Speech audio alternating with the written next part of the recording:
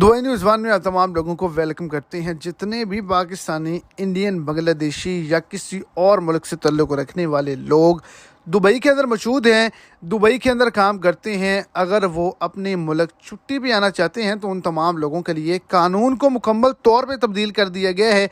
अब तमाम लोगों के ख़िलाफ़ सख्त कार्रवाई की जा सकती है। एयरपोर्ट पर एमरजेंसी को नाफिज कर दिया गया है। आप एक बड़े नुकसान से बच सकते हैं। वीडियो की डिटेल जानने के लिए वीडियो को एंड तक देखें ताकि आपको तमाम डिटेल की अच्छे से समझ आ जाए। और अगर इस चैनल पर फर्स्ट टाइम है तो लाजमी से चैनल को सब्सक्राइब कर दें, इस वीडियो को लाइक कर दें और अपने दोस्तों तक इसको ज़्यादा से ज़्यादा शेयर करें।